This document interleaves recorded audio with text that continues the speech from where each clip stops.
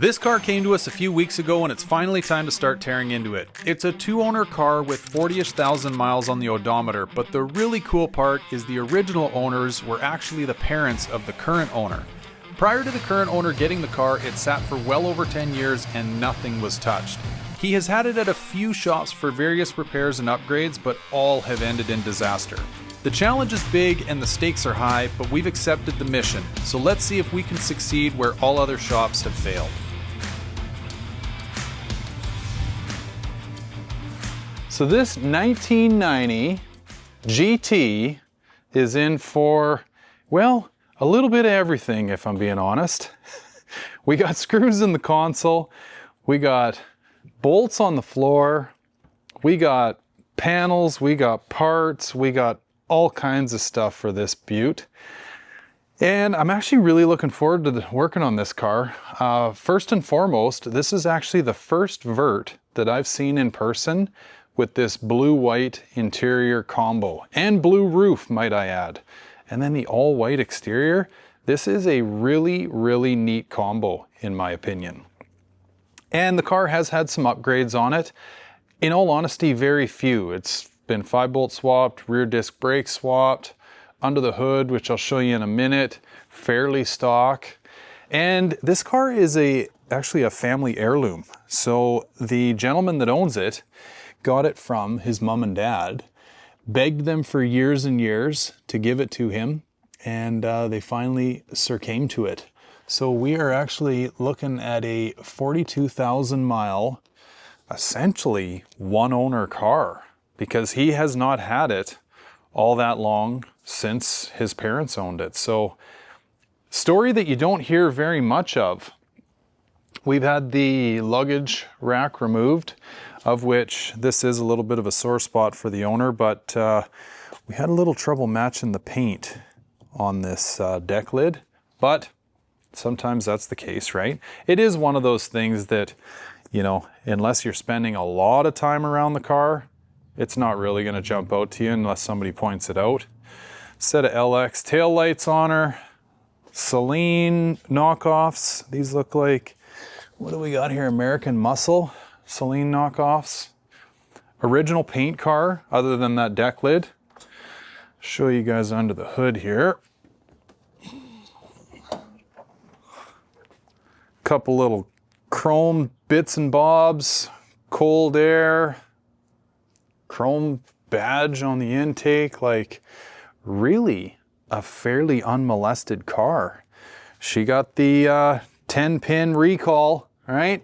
Dual salt and pepper shakers, but super clean under the hood here. Like a very, very nice specimen, this old girl is.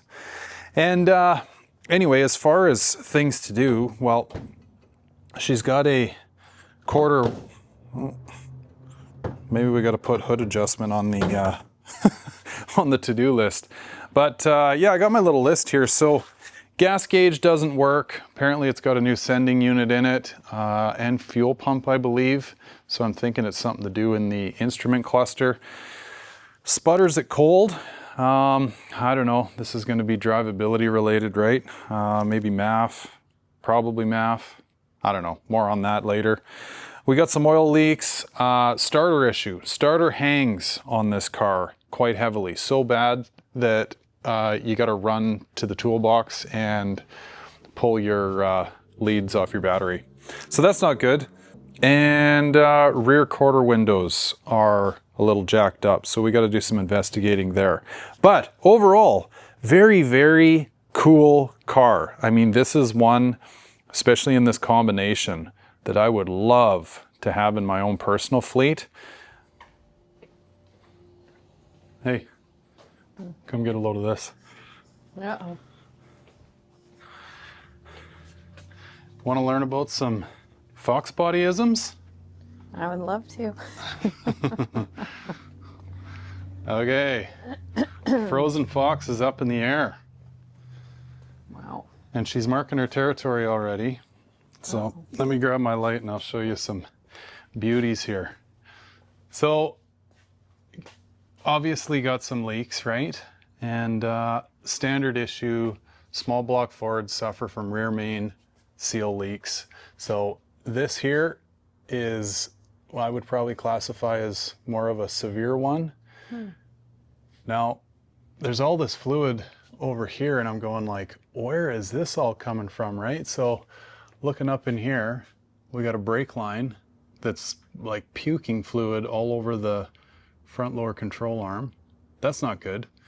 This is a hydraulic system that does not like having any air in this system. So I can't help but think, what would happen if it Like- keeps going like that? I can't help but think that this front passenger tire is most definitely not stopping as good as it's intended to, and or as good as the other sealed units. This one's good.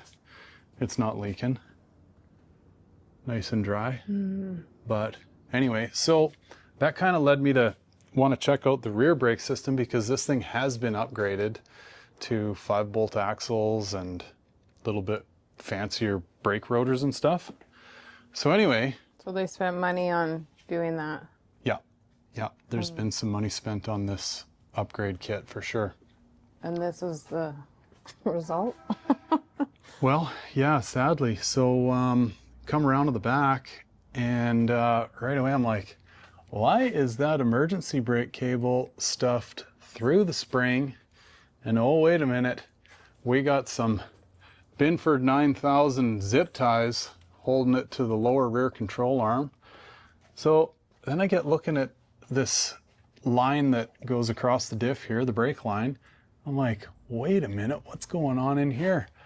We got high quality hose clamps going to the hard brake line, and then it's zip tied to the quad shock bracket.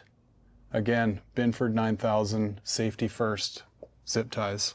So what does that equate to? Dumb it down for me, please. Well, what it equates to is if an inspector threw his head underneath the back end of this car, they'd pull it off the road instantaneously. This car gets sent for inspection in a hurry. So it's not safe to drive. No. Oh my God. Well, I don't know if I'd maybe go that far, but it's definitely not right. And then we're obviously puking fluid here. It's all over the tire. So This is the same situation on the same side. yeah, so this, I mean, I think it's safe to say that the passenger side of this car is not braking as it should, because it's puking fluid all over the place. More zip ties, more hose clamps. So, do you use zip ties? No, You're not even supposed to ever use zip ties? definitely not on any of this stuff. No, this should all be solid mounted to the axle. I mean, there's even a, right here, that's where the brake line should sit. And Wow. yeah, they've just manhandled it to a point where they could get it to connect to the soft line on this side, and just hillbillied her together. Okay, well, this is why you should bring your car to Castle Customs. Well, I think anybody in their right mind that spent, 5 or 6 minutes underneath the car looking at it like this could go like, that doesn't look right. So this car most definitely does not have an emergency brake, which a lot of cars don't. And this is an automatic, so it's not the end of the world. But the fact that it's just been zip tied to the lower rear control arm and stuffed through the spring like that, I don't know. It's definitely hillbilly. But yeah, just a couple of things that I've noticed so far, spending a few minutes underneath it. So we'll be re-tending to the brake system to make all this stuff right, that's for sure. Yeah. But I went under here just to look at the oil leaks quick, and well, we got to change a starter out in this car, but here's some of the other interesting things I've found. Just an example of what you don't know until you know. This is it. Pretty scary. Let's start by changing out the starter. So customer supplied this high torque Mini, and the backstory on this goes, the ignition switch has been checked. It's actually still somewhat in tore down format, or at least the column plastic's off it. That, I have been led to believe, has been checked, and the ignition switch is good. The starter solenoid has also been changed multiple times. The last thing in this sort of 3-step process is to change out the starter, but the symptom is the starter is hanging up.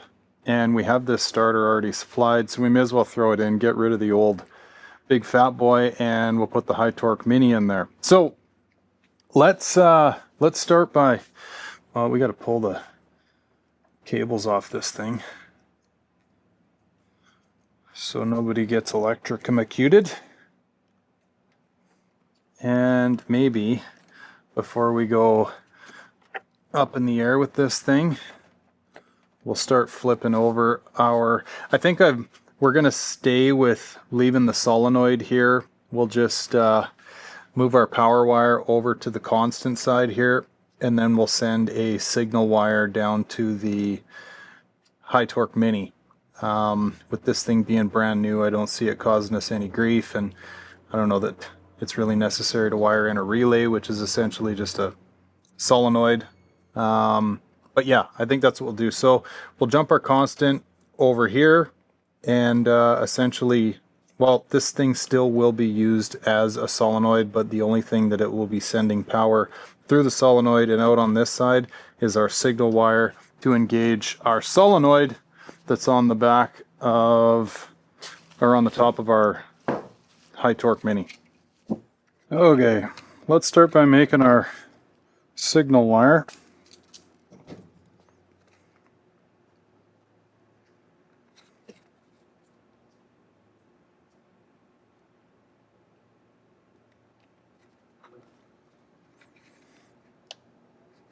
Yep, when your hands crack, you know it's good.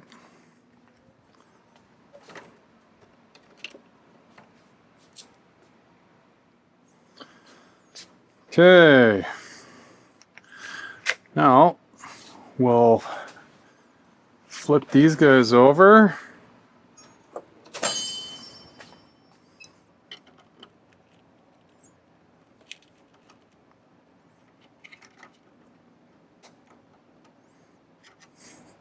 Okay, let's get you jumped over here.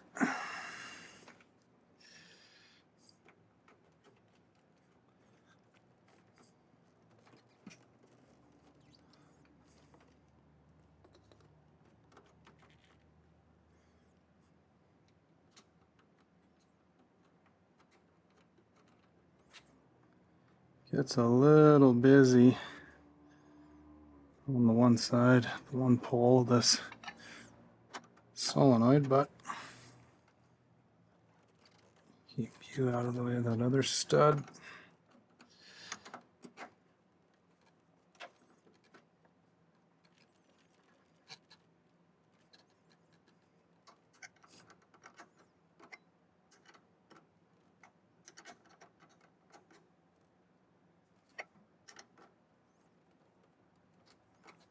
Okay, now I'll run our new signal wire.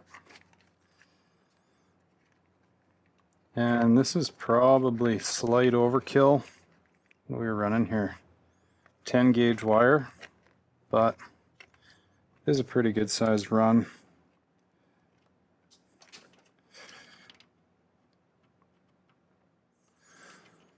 Okay, and we'll nice and tidily run this along our power lead wire down along the front of the oil pan and head underneath, tie this all into our new high torque mini.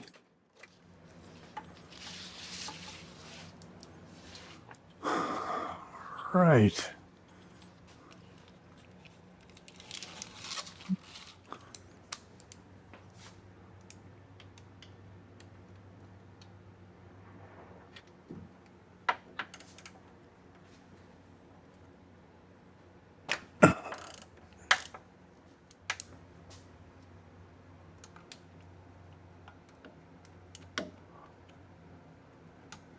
Good grief.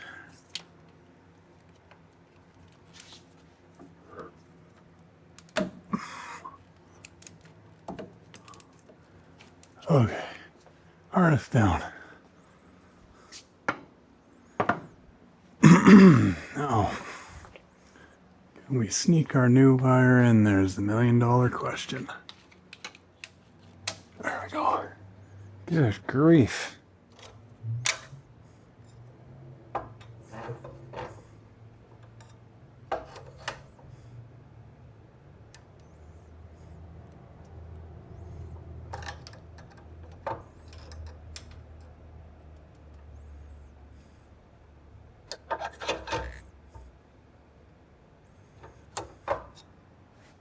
It's looking a little more around.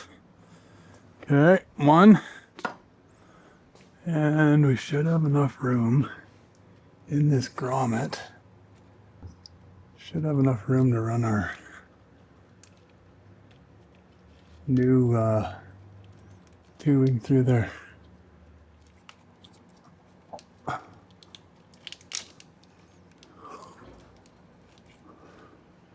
Beauty.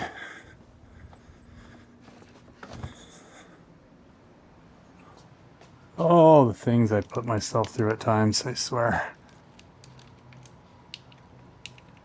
All in the pursuit of OEM plus. Okay, so keeping with my OEM plus scenario, or I don't know, maybe you could even say in the pursuit of trying to make things better than the way you found them, this new signal wire is ran through the OEM grommets and through the OEM hangers, and I think I like it. All right, there's almost, other than the couple new zip ties just to even tidy up what Ford didn't tidy up originally, I think we've pretty much left this thing such that unless you watch the video, you don't even know we've been here. Okay, ladies and gents, now, tire removed. Everybody's got their own little trick for removing the top bolt on, well, especially one of these old brick starters, but I mean, even the mini starter is kind of a pain in the rear end.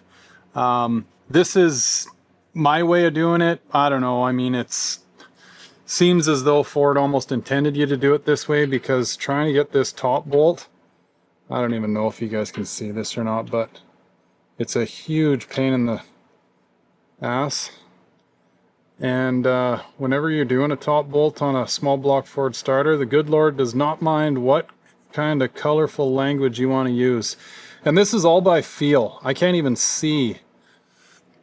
Oh, wasn't that bad. Nice. Game of quarter turns here. If you get the top bolt out, you're in good shape. Come on, girl. Come on. You get her. Oh, yeah. Bingo. Look at that dusty, crusty old unit. Clean threads, but definitely a lot of schmeg on the head of that bolt. Okay. Probably leave this tire off here for now because we got to tend to this brake line at some point, but I like that doesn't even go in there straight. Wonder who did this. Should be ashamed of themselves. Okay, and the bottom bolt, well, that's the easy one. Nice and visible and easy to access.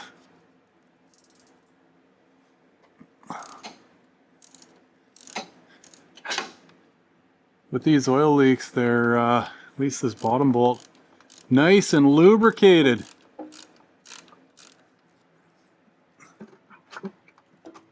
So, try and snake this guy out of here.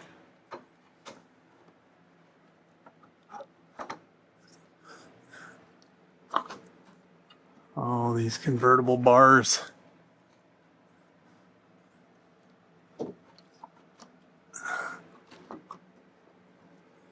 And automatic cooling lines. There we go. Come on, girl. Okay. All right. Just got our power cable left, and this big old greasy beast is out.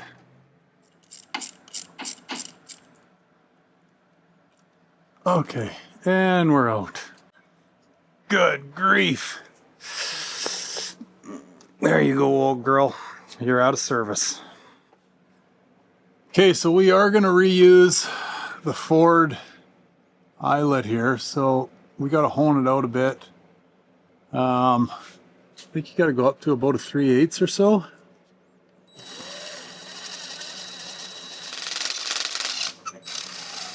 Okay, tidy up your hole.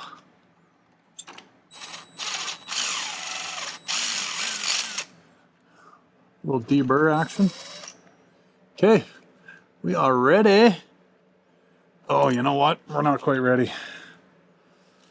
We got to shorten this guy up and put a terminal on him. So, wrap your tape around the wire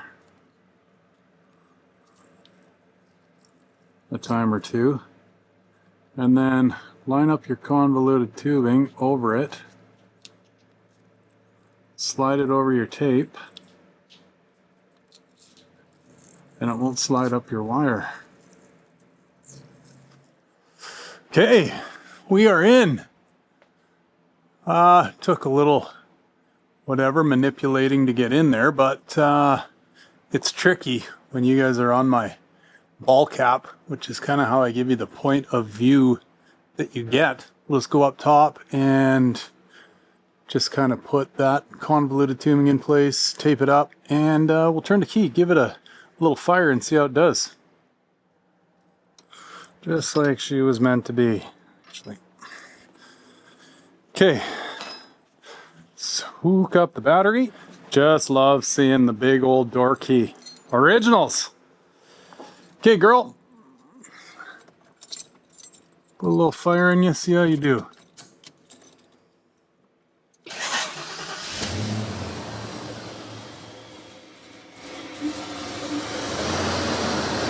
Well, there's our rough idle. But she sounded good starting. Other than that little stumble, but that's on the board to be looked at. Jeez, that's a nice quiet little starter.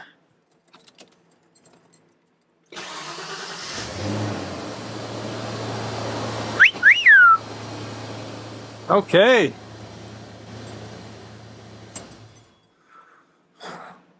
Rocking and rolling.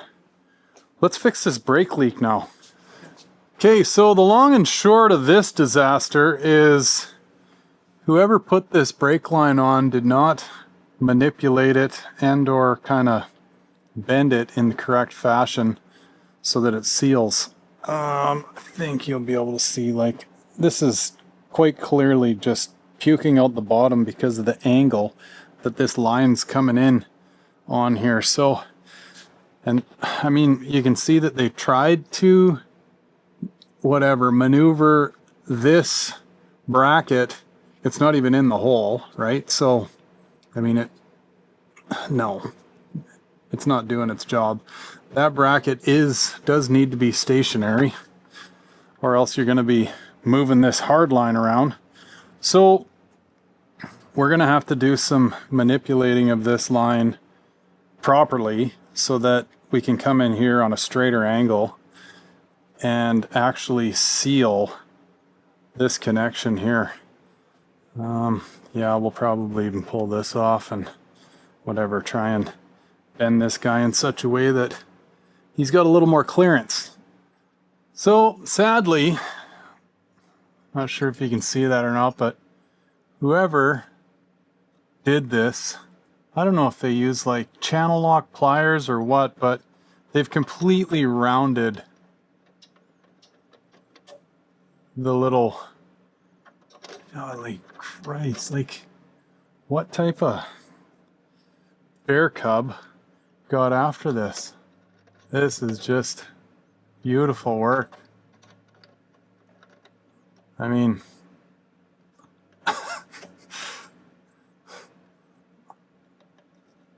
unbelievable. And then the other side of this is this brass fitting isn't even tight in here.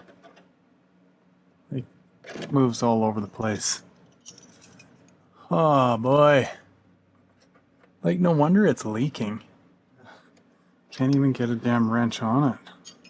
Like, I'm trying to like lie my way through this with, oh, wait a minute. Do I have to hammer this thing on here? Is it turning or stripping? Oh, come on, buddy. I hate to say this, but I think we got to give this a little tap, tap, taparoo.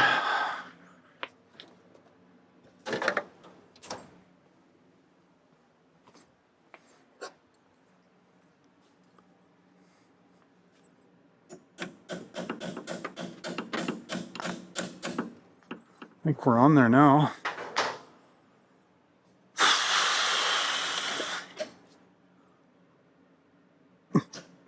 Oh, we got her. Now can I get this loose? Yeah, buddy. Holy Dinah.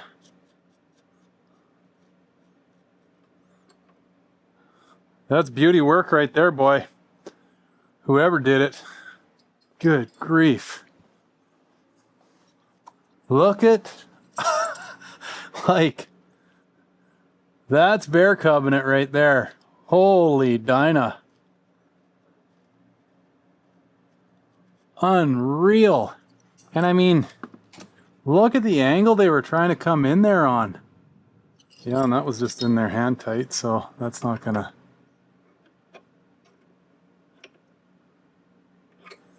Good gracious.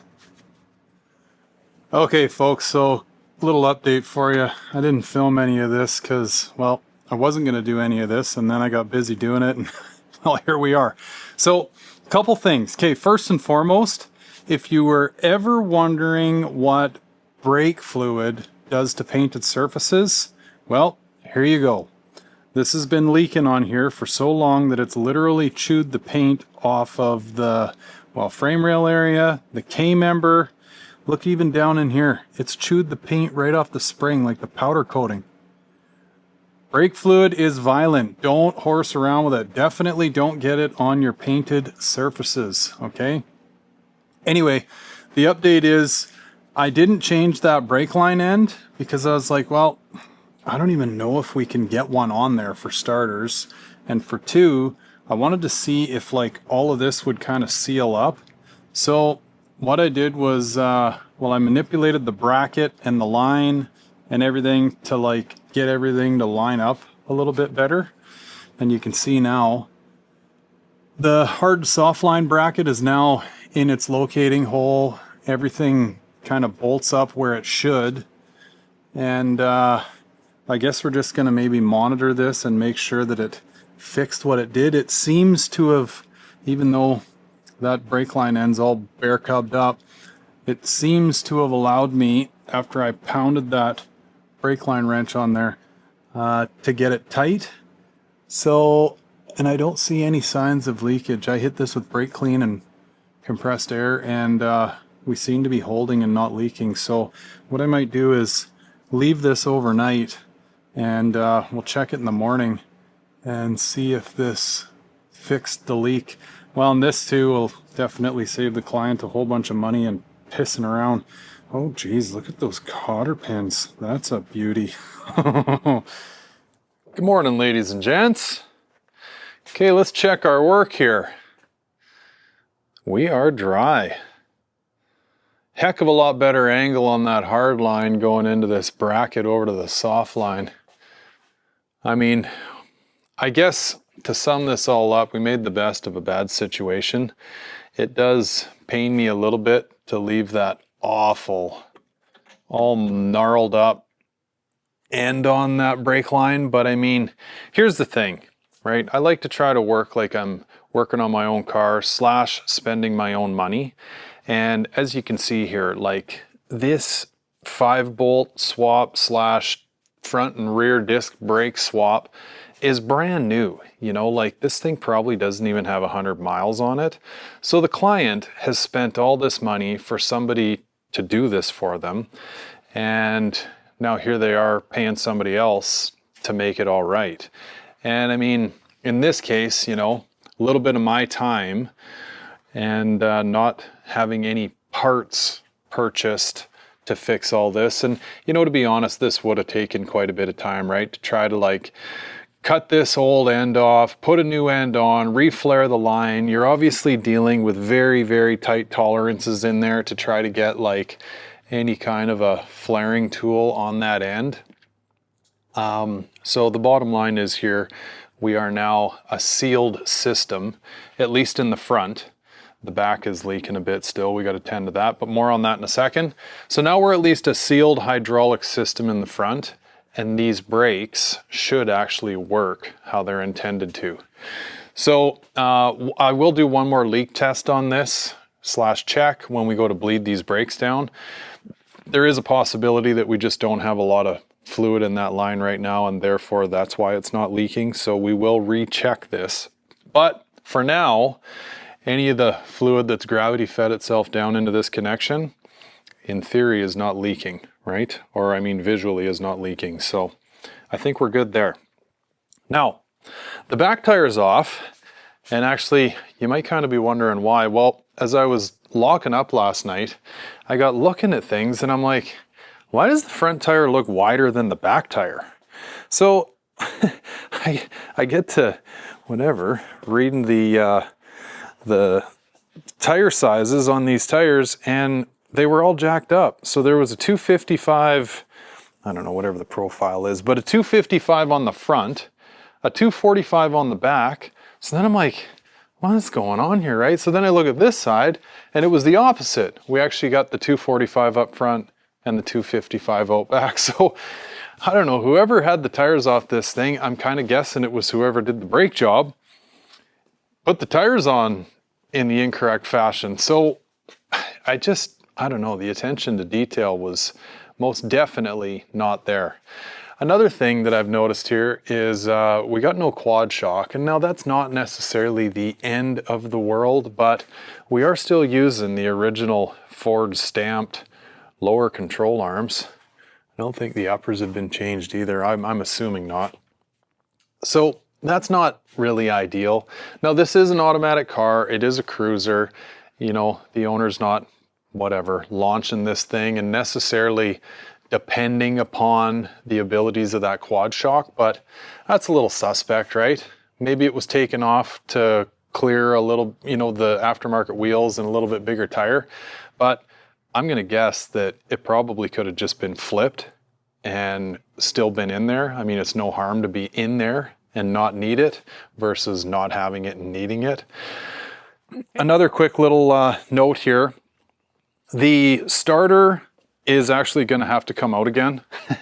At least this time it's a Mini, so it'll be a little easier to come out. I did have a sneaking suspicion that it was going to have to come out in order to put in a rear main seal. But we did the proof of concept. The car starts. The wiring that we installed does work. I just didn't have that rear main seal yet. So now that we have it, we're going to be pulling the Bruce Jenner out of here and tending to that rear main seal so we can fix that leak, because it's a bad one. I have wiped it. Oh yeah, look at that. This car hasn't ran since I wiped it, and we already got drips going on. So now, today's adventure, we got rear quarter windows that do not work. So this is going to be a little bit of a investigation first and foremost, followed by a fix. Right, so let's go backwards with the key.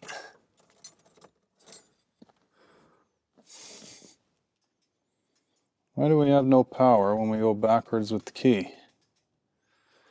I wondered if this ignition switch was jacked up, but it was told to me that it wasn't. Okay, if we go forward with the key, we get accessory. Okay, that works. That works. Nothing on the back.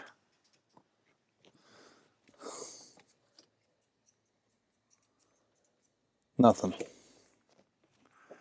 That's interesting about this ignition switch. I wonder if I should start by pulling that thing and checking it just to get that out of my head because that will stay in my head. Real quick, folks, if you're looking for if you're dealing with stuff like this on a fairly regular basis, do yourself a favor and get yourself, even like this one, it's a cheap one, it's not, you know, the high end. I can't even remember the name. Actually, I think it's Power Probe is the high end one. You're gonna spend like 300 and some odd bucks on it, but this is just one of the cheap ones. It's an Amazon unit. I'll give you a link down in the description, but this is an absolute game changer for farting around with stuff like this, especially power windows, because you can send a ground signal or you can send a 12-volt signal through your probe. And the way that these power window switches and motors work in Fords is they're kind of powered and grounded in a weird manner. It's different than probably the way that your head tells you things are kind of going to be wired. So anyway, having the ability to send a ground signal and a power signal to switches and motors and stuff will save you all kinds of time and headaches. So anyway, highly recommend. Like I say, I'll throw a link down in the description below.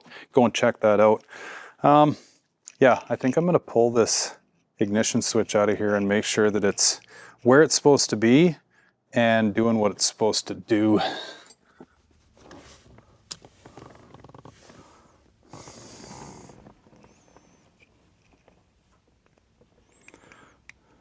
These will kind of lift, but we could probably get this, I don't know if you guys can see this or not, but see how it's kind of lifted there? Now this is a cast piece, so you got to be extra careful if you go to do something like this, but you can kind of bend this little tab over a little more and get that to sit nice and flush. Now that's not to say that that could be our problem or anything, but leave things better than you found them. So we'll do that. So there you go. Not a whole lot of play in there anymore, right? You can see kind of from the little mark from the teeth of my vise. You just kind of manipulate this thing in the vise in such a way that you can kind of bend this tab over. And anyway, you'll take all that play out of there. So not a terrible thing to do. I'm not saying that's going to solve all our problems, but feel better about doing that. Okay. Okay. Now, black and light green. This is the one we need to figure out why we got no power.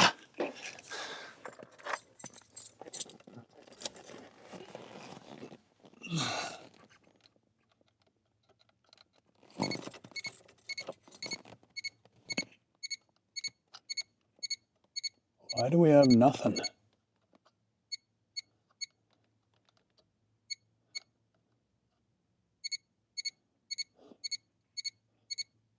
Huh.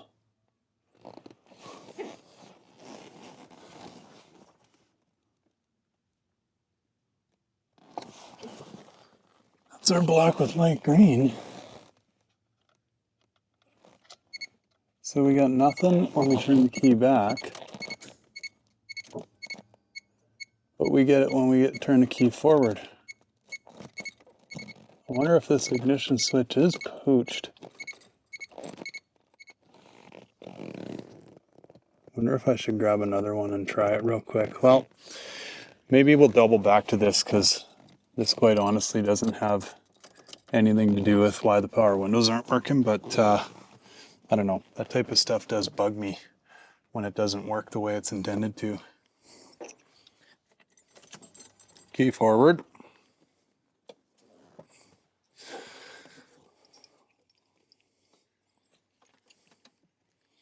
We got power where we should have power, and we don't have power where we shouldn't have power. But if we run the motor up, we got power.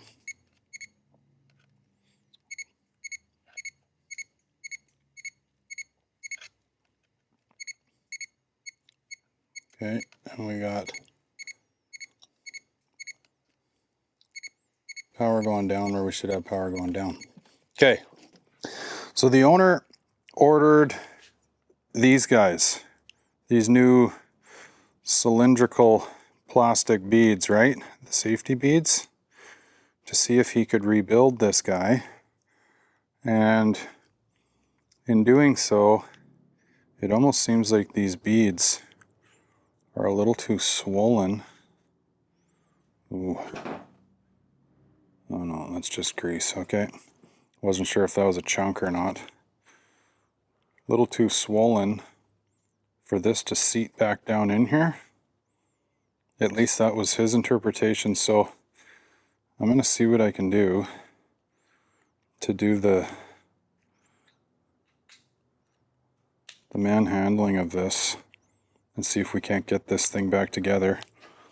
But the problem is, I guess, while the motor is plugged in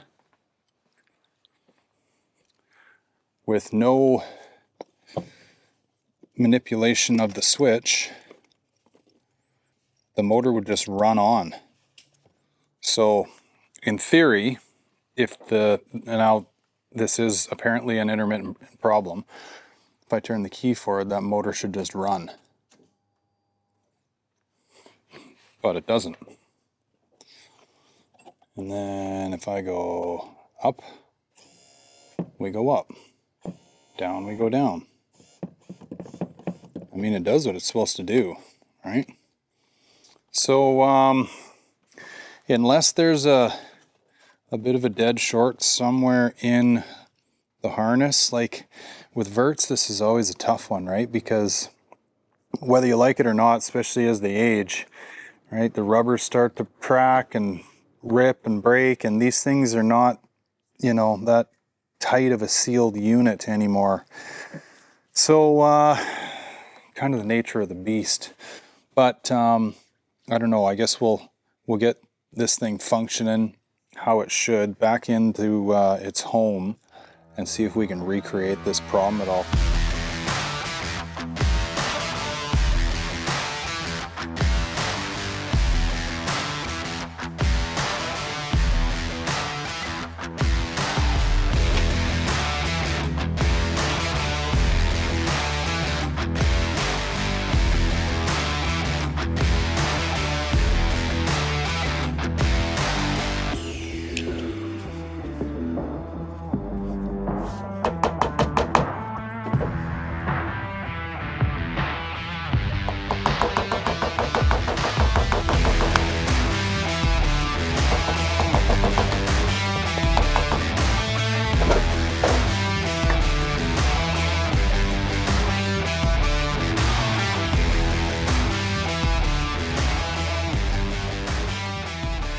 Okay, so after about half an hour of fighting this thing, I ended up winning the battle, thank goodness. And we're back together. So, let's see after a little BFH action if everything still functions as it should.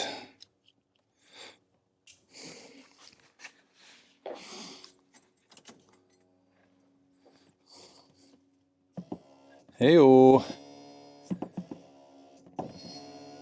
Nice and quiet. Okay, now, just for fun, before we get too carried away with installing these, let's try it on this side. Okay.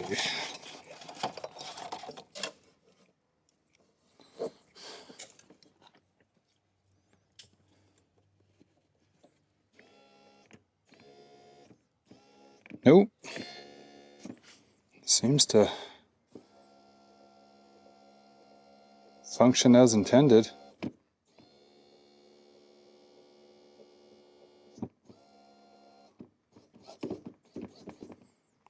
Wonder where this intermittent sticking is coming from.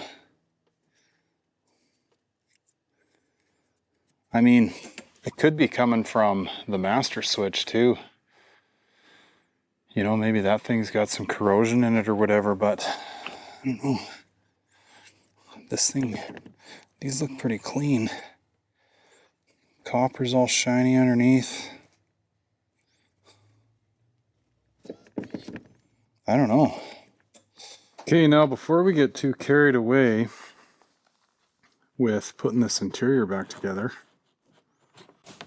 we should tend to these rear interior panels. So I got some new carpet that we're going to put on them. We'll see how well these guys want to fit in place. Now, admittedly, I'm no upholstery guy. These look like they might not fit too bad. And these are going in a fairly inconspicuous place.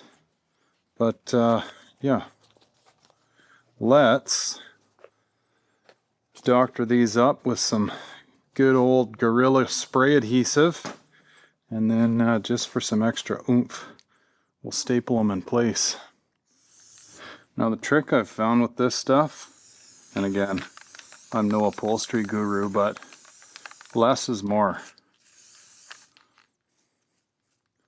Oh, sprayer, don't let go on me now.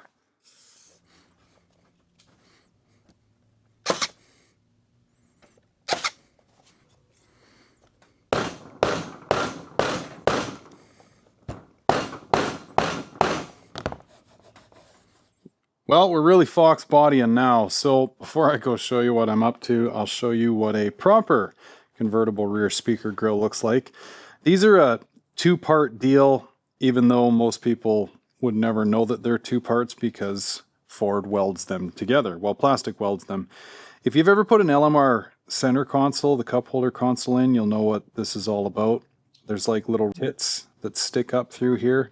You burn them over and they essentially weld this white grill piece to this black speaker holder. Okay, so this one is in good format. It's held together. It is functional and can be bolted in. Well, as I get ready to put this interior back together, I notice that this speaker grill is no longer part of the speaker mount. So, ooh, no, I'm good there. I caught some of the glue kind of spilling over here. I thought maybe I was gluing my clamp here to the actual grill. But anyway, we are gluing this back together because each and every one of these tits was snapped. So essentially this was two pieces when it should be one. So anyway, like I say, true Foxbody in here. I know, actually, I think they have been remade. So a person could buy one, but this is a quick and easy way of saving yourself some money and kind of getting back into the races. Best part about working on a vert, you got all the room in the world. These bolts actually have little like grounding washers on them. So don't lose those, because they actually act as a bit of a lock.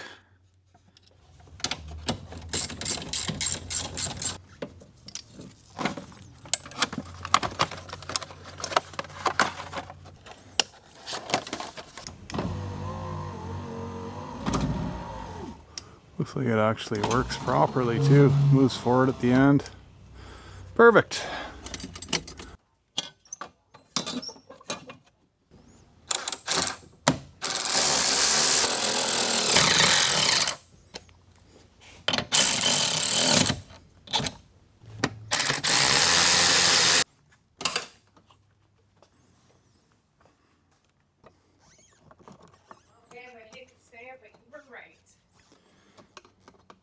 It pains you to say I was right? Yeah. What was I right on this time, dear? The bank account. We have to be there in person. Oh. Unless we lived in one of the states that they already have a bank there. So they have them in like Pennsylvania, New Jersey, New York. You heard this first, ladies and gents. Just another pain in the butt, hey? Okay, so now here's the deal with this stuff, ladies and gents. There are some screws in these rear panels. There goes there. You know, these are fairly rudimentary convertible systems, okay? So if you're watching me struggle through this for the very first time, just know that the Foxbody vert is not comparable to, say, a new vert. Now I just got to make myself a bit of a hole here through the carpet, because one of these screws that I was referencing when I first started yakking is we got to make a hole through this carpet that we installed. So we're just using this screw as a bit of a drill, give us a locating point. But anyway, the point of me saying all this is there's a screw here and a screw here that hold this panel kind of back and in place. And they usually have like a little bit of a countersunk button head on them. I don't see those screws laying around in this console anywhere. So in my Foxbody stash, I've got these guys that, well, they're essentially a Torx head, much like the ones that you'd find in your instrument cluster or, you know, your dash bezel. And I can't remember which LMR kit I got them in. Where is that damn hole? Worst part is I actually do have some hair around it. And the hair's carpet. Okay, so anyway, enough with the dad jokes. These screws kind of have almost like a built-in button head style kind of washer on them. These very well may have come out of a kit that I got. Well, they came out of a kit from LMR, and they very well may be out of a convertible kit. And this might be their way of reimagining these screws. I don't remember off the top of my head. Okay, there it goes. But anyway, because these back panels are kind of the delicate piece that they are, you need something on there. You can't just, you know, run a regular screw in there, or it's going to pull out on you. And you're going to be pissed off when you got to go looking for used convertible interior panels, because nobody's making these units anymore. And yeah, good ones are hard to come by. Holy smokes, and this back hole, anybody that's been around verts knows that this is always busted, and it's actually not in this car.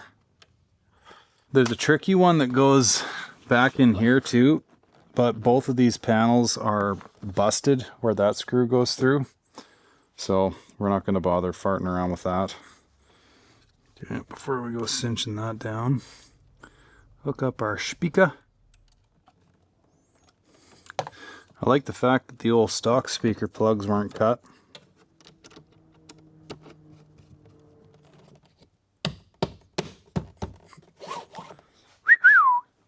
Back in business. The back seat of this old vert is ready for some ladies, or whatever you're into.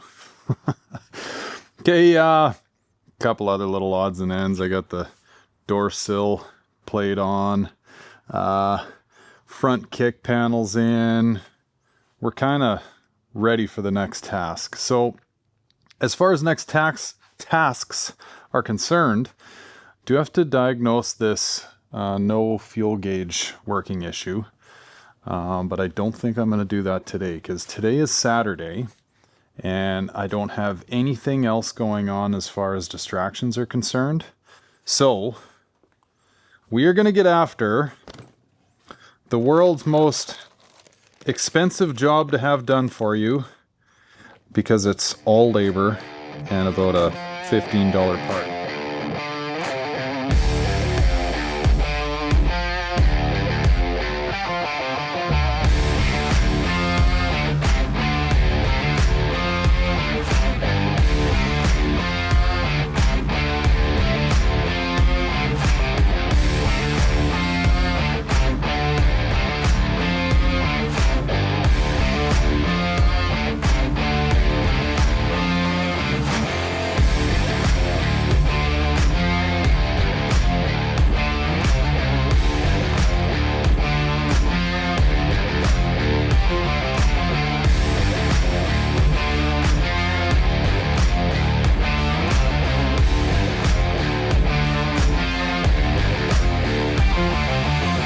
Okay folks, let's let this transmission finish draining out. And I wanted to show you a little trick for getting your emergency brake cables out. Get yourself a hose clamp. Get this out of our way. Get yourself a hose clamp. Because see, you essentially got to push down all four corners, or there's three, whatever there is, 3 or 4 corners of these tabs to get this thing to release. And you'll sit there with pliers for hours trying to get those things. I'm trying to give you guys the best view I can. For hours trying to get those things collapsed. Just get yourself a hose clamp. Crank it down.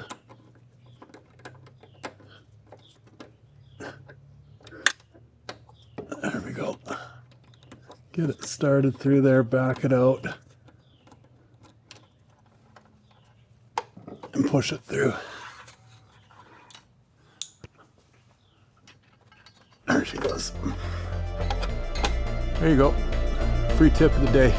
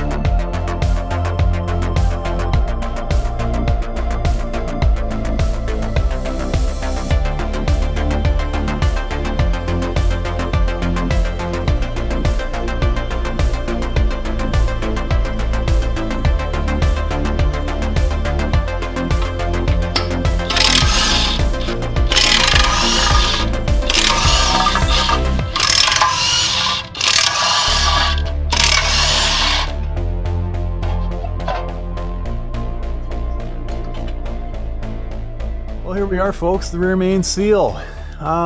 It looks to me, this is a prime example of the rabbit hole, that we may have a little bit of a oil pan sealing issue going on here on the driver's side of things.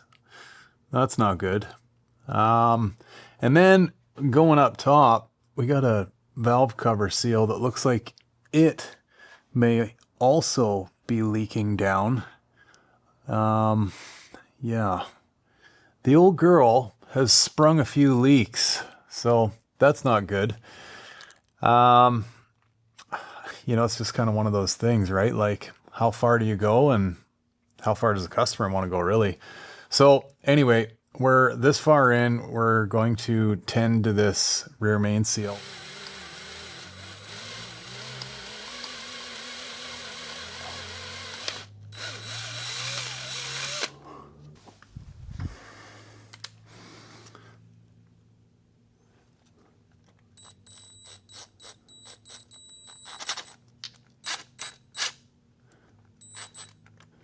Okay.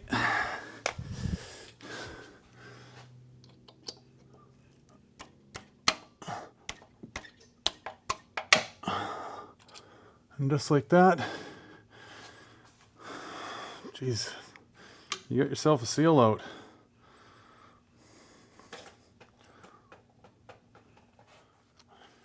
I want to make sure you're really, really clean in here. Like, extra clean, no burrs. Okay, now give your seal the best fighting chance possible. Put a little grease on here. If you do happen to have any kind of like little edge that you feel there, probably best to tend to it with some emery cloth or something, because, well, whatever. It's a whole lot of trouble to get in here at these rear main seals, right? So, okay, new rear main seal. Doesn't hurt to put a little bit of lubricant on it either. And, like I say, give it the best fighting chance possible of going in there. Okay, get yourself so it's situated on there and starting to head towards its new home.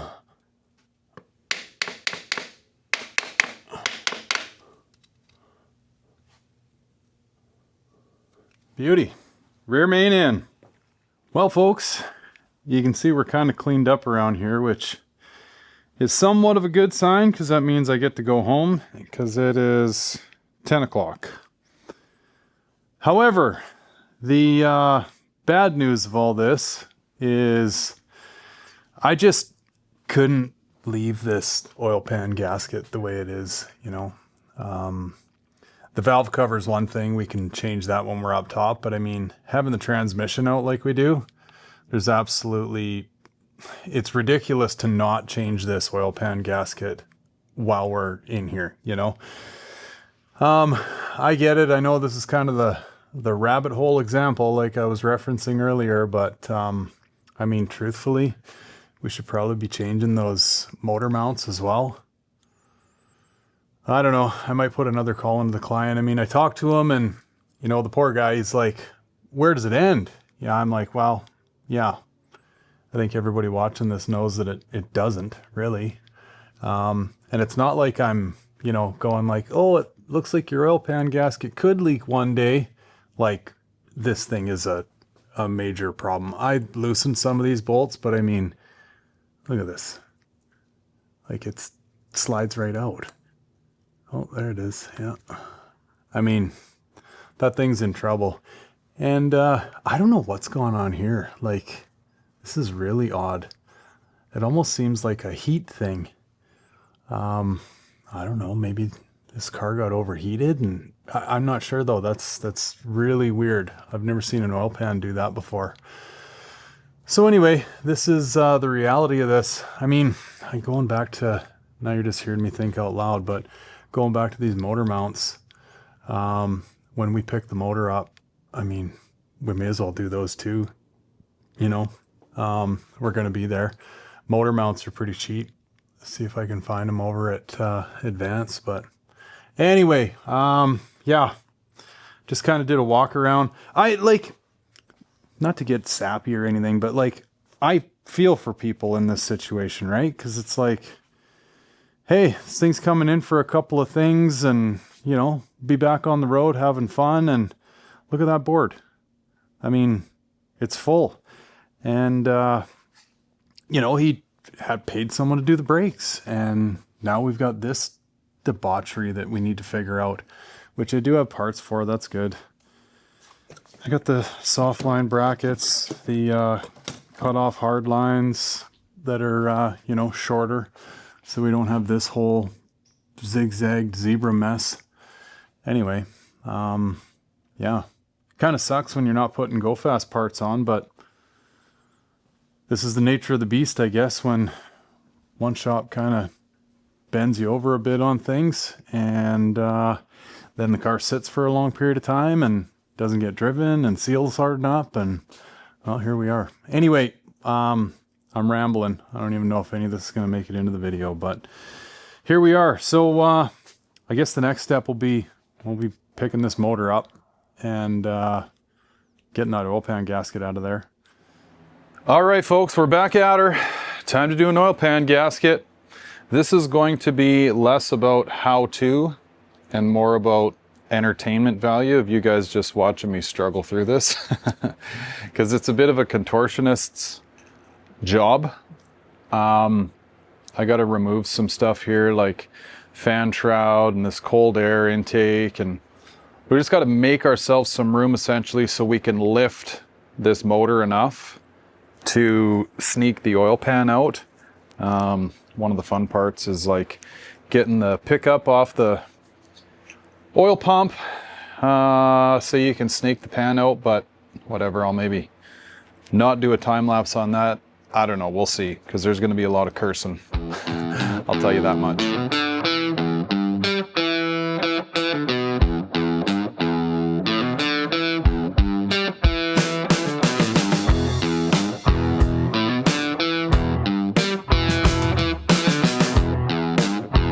All right, folks, a little status update for you. So motor's sitting a few inches higher than it normally is in its little K-member cradle.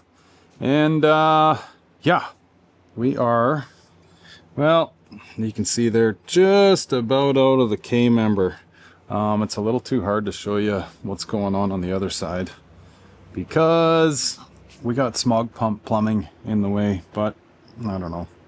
If you know what we're talking about and what we're looking at, you kind of know. We're raised up and ready to rock and roll here. So, oh yeah, and one more thing. This steering rack was an interesting little fella to get loose. I don't think this thing's ever been loose. It's a low mile car, right? But yeah, very greasy and very slimy and very awesome. At any rate, we're ready to spin all the bolts out of the oil pan and see if we can't snake this guy out the backside of the K-member. So wish me luck. So, oil pan didn't want to come out, but it's out. Here is the predicament that led me to swear and curse and throw all kinds of time at making this a reality. So I believe what's causing this crazy, actually this is all turned around here to give you some better perspective. Yeah, you go right there. So I believe what is causing this crazy oil pan gasket scenario is this goofy paint flaking or powder coat flaking situation. So look at all this, right? And this stuff just literally flakes off. Like it's flying everywhere. Not to mention the fact that like the bottom of this pan is just sludge. Like this is concerning. Okay, we're all cleaned up here and we got a nice metal mating surface now. I can't get over this stuff. Like it is really, really weird. In all honesty, I would say that a person should probably just get a new oil pan. I know that we're way down the rabbit hole with this customer's car, like so much so that I don't think an oil pan would be in the budget at this point, especially for all the farting around that I've had to do with this thing.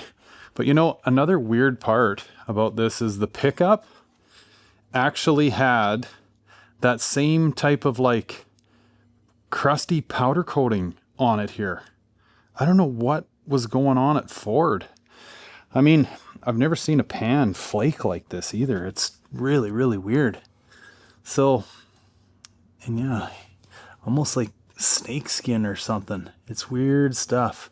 But anyway, I'm way more confident in this, giving us a good seal and a heck of a lot more years of enjoyment for this car. And we got all the sludge out of the pan too, so that should help that oil pump. I'm sure it's thanking me right now. Anyway, now's the fun part. Let's get her back in there. It's so late I can't even remember if I filmed anything there.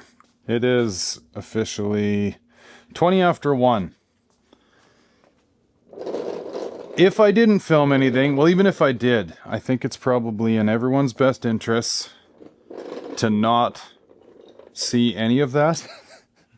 I don't even think my family would want to be around me any longer if they heard the words that were coming out of my mouth. Oh boy. So, well, other than wiping this oil pan down, the new Felpro's in there. Holy smokes.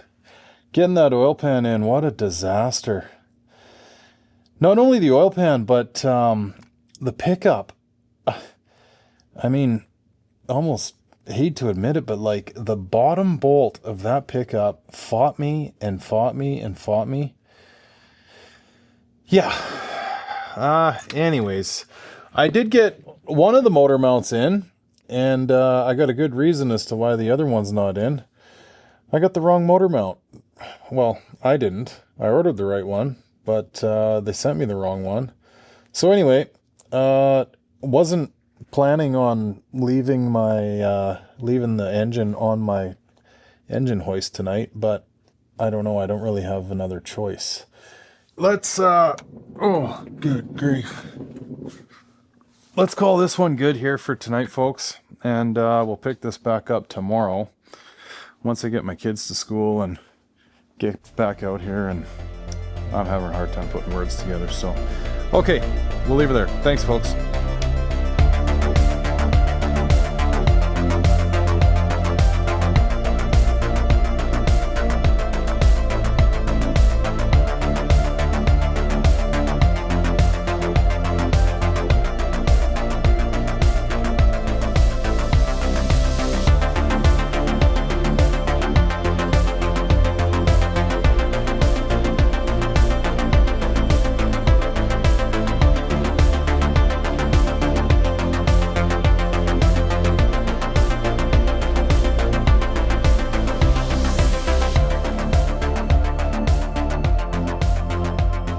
Great success. Okay, folks, we're back together. Now, you didn't miss a whole heck of a lot. I just put the cold air intake back on, put the fan shroud back on, connected the coil wire. At least that's as far as what went on up here. Oh, I forgot to mention this. I deleted 2 of the salt and pepper shakers. This thing had the old recall, right? The 10-pin recall. Those have been yarded out and whatever. I don't know if I showed you guys how awful these motor mounts were. So if you're ever wondering what bad motor mounts look like, this is a bad motor mount. Absolutely rotten inside there. Actually, you can kind of feel them when you're moving them around. Obviously, if one's shot, the other's going to be shot too, and you'd never just change one. But yeah, these old girls had seen better days, but they did put in their work. Right, so underneath, I guess just some things to note here. I did take down like the starter main, like this whole harness that comes across the pan and stuff. Well, 1, I needed the clearance to get the pan out, but 2, as you're lifting the motor, it just gives you that much more room to work, and you don't want to start yarding on these wires. And like my mom always taught me, better safe than sorry. I did pull down the steering rack, didn't undo the tie rod ends or anything. I just kind of pulled it out and sat it down. I did break the steering shaft apart, okay? Didn't bother breaking it up top, just down below, and snuck the steering gear out of there and laid it down here on the K-member to give me a little more clearance, which still almost wasn't enough. But well, that shiny blue gasket looks good in there, especially with the white and blue combo that this old girl's got going on. So yeah, I think that takes care of the underneath leaks. We do have some what seems to be like a bit of a valve cover leak. I've maybe mentioned that already. Yeah, that driver's side, left-hand side does look like it's sweating a bit. I don't know if that would cause a drip, but it's definitely leaking. I do have some valve cover gaskets here for it. There you can see the fancy new motor mounts. Boy, don't those look good compared to the other ones, hey?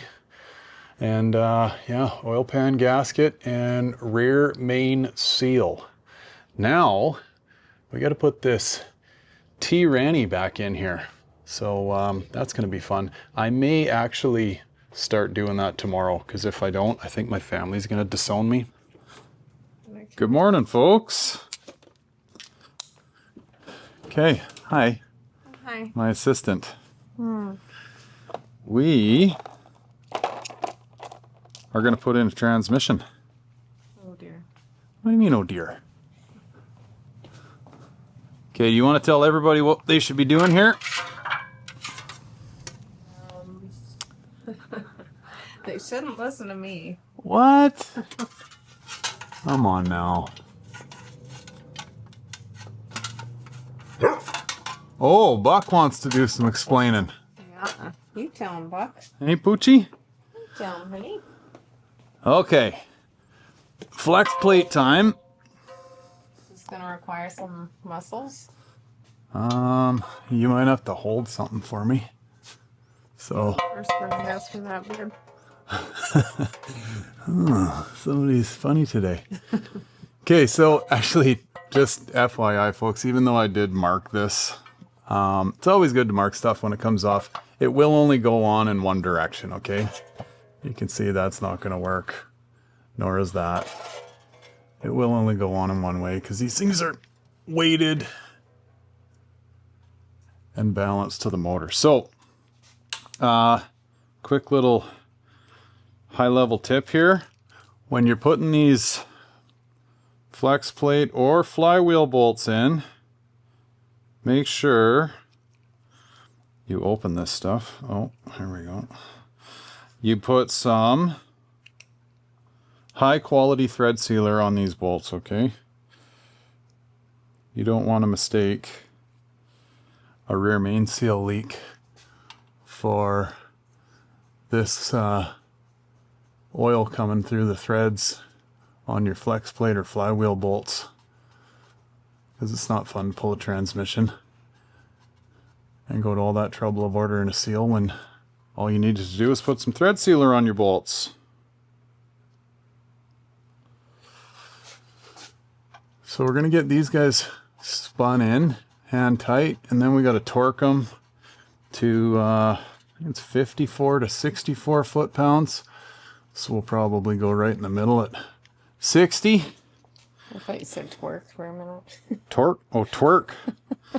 We can twerk too if you want.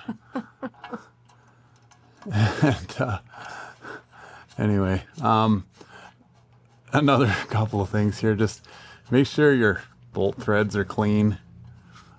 Run your bolts over a wire wheel. And make sure the holes are free of any debris. I think all that stuff's fairly self-explanatory, but you never know. And then I don't know what I've done with my flywheel wrench. I've misplaced it somewhere in the move. So this is where my beautiful assistant's going to come in handy. Okay? She's going to hold the crank bolt for me while we put a little torque on these bolts. I'm the shop manager, don't forget about him. Yeah, he started off as security, but he's been fired from security because he just licks everyone to death. Hey, meathead. Old silverback, you getting old, boy.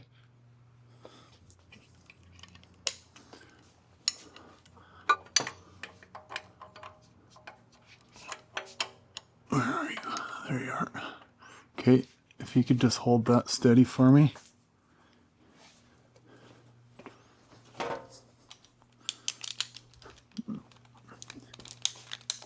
All right, where are we here?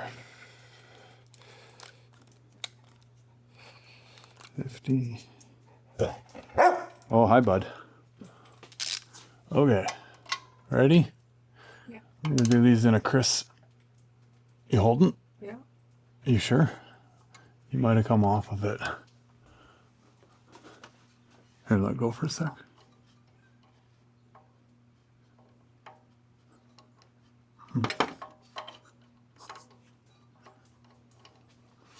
What's going on here?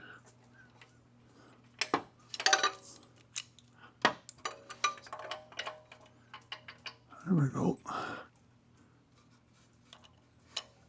Okay. Try that.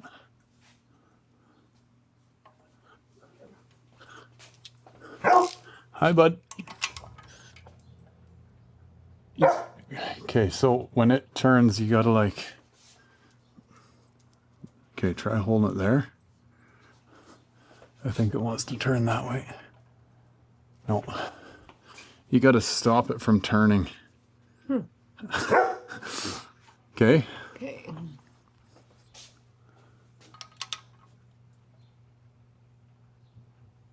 There you go.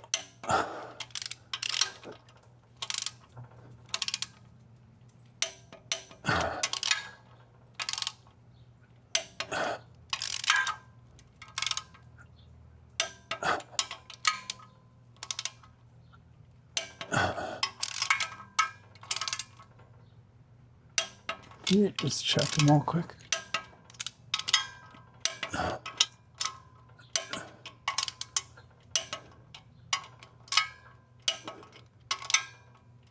All right, thank you, dear.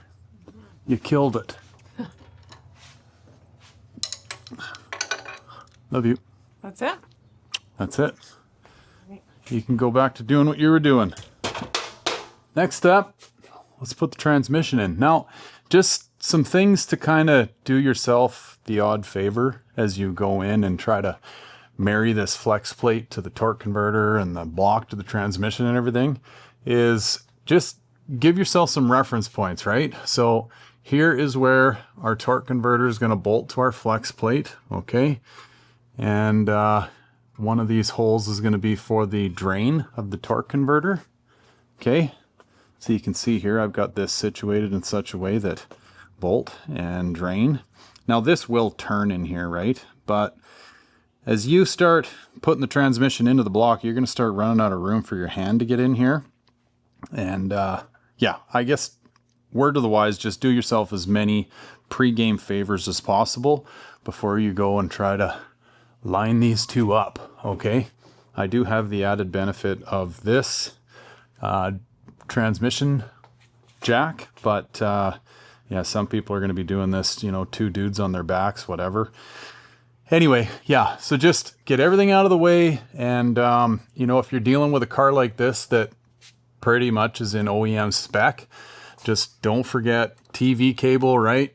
A bolt goes through up here onto the, between the block and the transmission, okay? So don't forget that guy. Actually, that's going to go behind that plate. But anyway, so yeah, do yourself as many pre-game favors as possible just to make this transition from here to here as smooth as possible.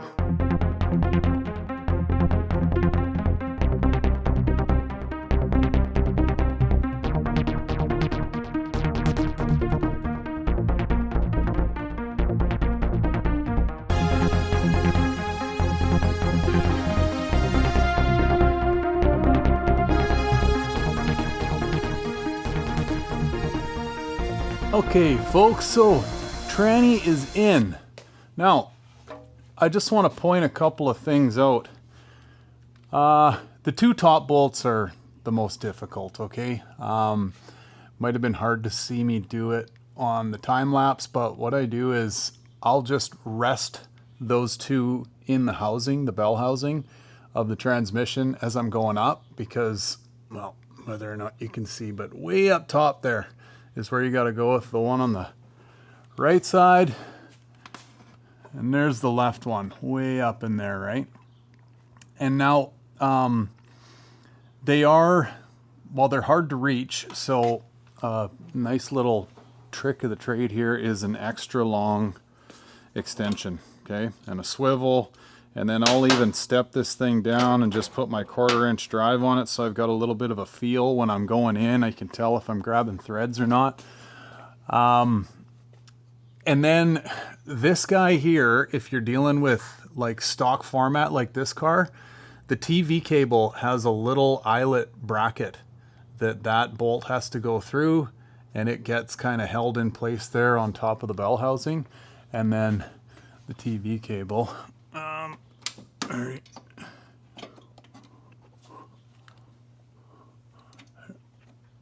Here he is. Well, not that I've pinched him, I just got it kind of hung up on the crossover pipe. But anyway, I guess the point that I'm trying to make here is I wanted to get that TV cable up and out of the way so you don't pinch it between the bell housing and the block. These TV cables, I mean, you can really only find used ones, so do yourself a favor and don't screw that thing up, okay? I'll have to finagle that guy down from there, but anyway, he's out of harm's way. Because yeah, you don't want to go cinching this transmission down, which you shouldn't have done already either. These should all just be like hand tight, okay? Like ran in, but hand tight. And then we're gonna move over here and start tightening up our torque converter to flex plate bolts. So anyway, hand tight on all 6 of those guys. Be careful of those top 2. And then finally, don't forget your dipstick. You'll regret that one. And he also gets held in by that middle bolt there, okay? So yeah, pay attention to those. Now, torque converter to flex plate, okay? I can't remember. It's been a couple of days if I filmed any of this, but anyway, this ain't rocket appliances. I have marked, again, I mentioned this earlier, but I have marked where I wanted this flex plate to go onto this torque converter. Again, it's just always good to put things back where you found them. Okay. Now, what I'm going to do here is I'm just going to run these in kind of hand tight. I'll put a ratchet on them and tighten them up. I won't torque them though. And then we'll go around. We're going to use the crank again. Okay. So just keep turning the motor, put the next one on. There's 4 in total. And then we're going to torque these guys. I think they're 30 to 35 foot-pounds. So not a ton of torque. Put a little torque on those things. And then we're going to torque the transmission a block. That's like 50, I believe, foot-pounds. Nothing outrageous, but always good to go back to spec, right? And yeah, then we can start kind of plugging things in and drop our starter back in there. I mean, we're kind of on the downhill slide at this point. Everything's connected. I've dropped the pan because we're going to do a filter change. And but yeah, everything's hooked up and I think looking up to Ford spec. So we got to peel the gasket off of here. This looks to be the original gasket, so okay, clean him up in a minute. Ooh. I have to do a little tin bash in here. At least on that corner to straighten it up. You always want to make sure you got a fighting chance when it comes to a flat mating surface, especially for a gasket. And we're going away from the cork and going with a rubber gasket, which will be nice. Now, okay, let's just spin this filter off here quick. Oh yeah, I had a little spill too. It's like, oh, I you know, had all the all the oil out of this thing. So therefore, why would there be any in the pan? Well, it sat there and dripped while I horsed around with that oil pan and everything else. And sploosh all down my arm. That was good. Did I miss one? Nope. Good grief. Come on, fella. There he is.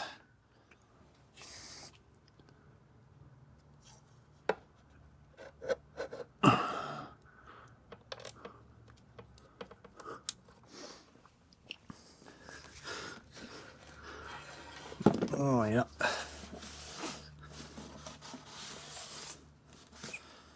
Let's see if we can straighten this edge of this pan out a little bit. Maybe this pan had been off at some point in time. I don't know.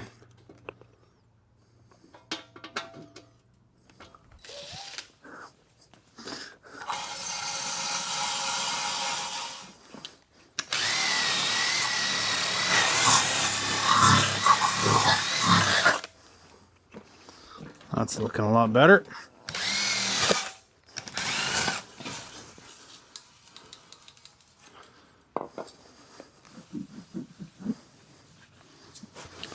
Okay, and every mechanic's favorite, good old-fashioned compressed air. Okay, one more trick I guess to bore you with.